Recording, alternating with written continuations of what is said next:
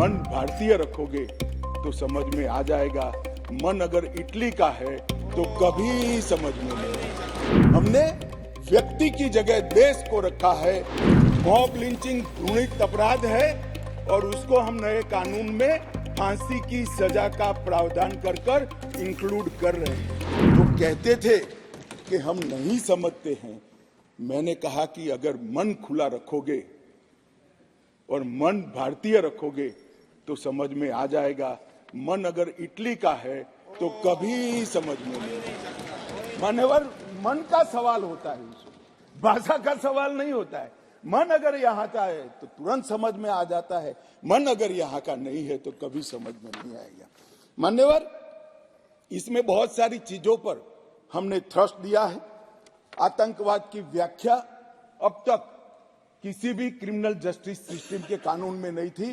पहली बार मोदी सरकार आतंकवाद को अब व्याख्यायित करने जा रही है, जिससे इसका कोई लूपहोल्स उठाकर आगे फायदा न ले पाए। मान्यवर, इसके साथ साथ राजद्रोह को देशद्रोह में बदलने का काम किया। पहले राजद्रोह की व्याख्या थी, मैं आगे डिटेल में बताऊंगा। राज से मतलब शासन था, भारत नहीं था। किसी भी राज्यकर्ता के खिलाफ कोई भी कुछ बोलता था तो इसके पर अपराध राजद्रोह का कानून लग जाता था। हमने व्यक्ति की जगह देश को रखा है।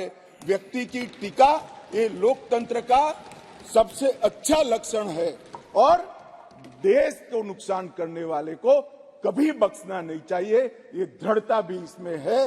राजद्रोह को इतने साल के बाद देशद्रोह में परिवर्तित करने का काम ये कानून करेगा।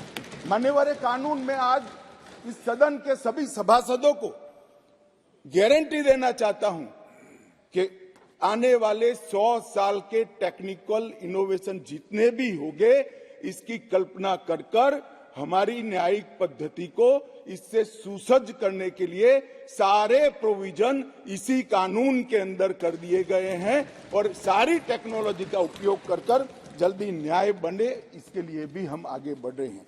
मॉब लिंचिंग का प्रावधान भी किया है। एक बार मैं किसी भाषण में चिदंबरम साहब को सुन रहा था। उन्होंने कहा कि गृह मंत्री की परीक्षा है कि नया कानून लेकर आएंगे तो मॉब लिंचिंग का क्या करेंगे। चिदंबरम साहब, ना आप हमारी पार्टी को समझे हो, ना हमारे सिद्धांतों को समझे हो। हमारी पार्टी की केवल एक और एक आइडियोलॉजी है, भारत का उत्कर्ष। एकमात्र आइडियोलॉजी पर Bharatiya Janata party. Mob lynching घृणित अपराध है और उसको हम नए कानून में फांसी की सजा का प्रावधान कर इंक्लूड कर रहे हैं। मगर अब मैं आपको पूछना चाहता हूं, आपने भी इस देश में 70 साल में 58 साल शासन किया है, आपने मॉब लिंचिंग को भला अब तक क्यों नहीं लाए थे? हम तो जब बदलाव किए तब लाए। मॉब लिंचिंग शब्द का उपयोग हमें गाली बोलने के लिए तो खूब किया, मगर जब सत्ता में आए तब भूल गए। इस प्रकार के व्यवहार को जनता जानती है, इसीलिए उस ओर बैठे हो और उस ओर से भी सदन के बाहर बैठे हो। मान्यवर, ये जो इनका डबल स्टैंडर्ड है, इसके कारण उनकी पार्टी को आज इतनी सारी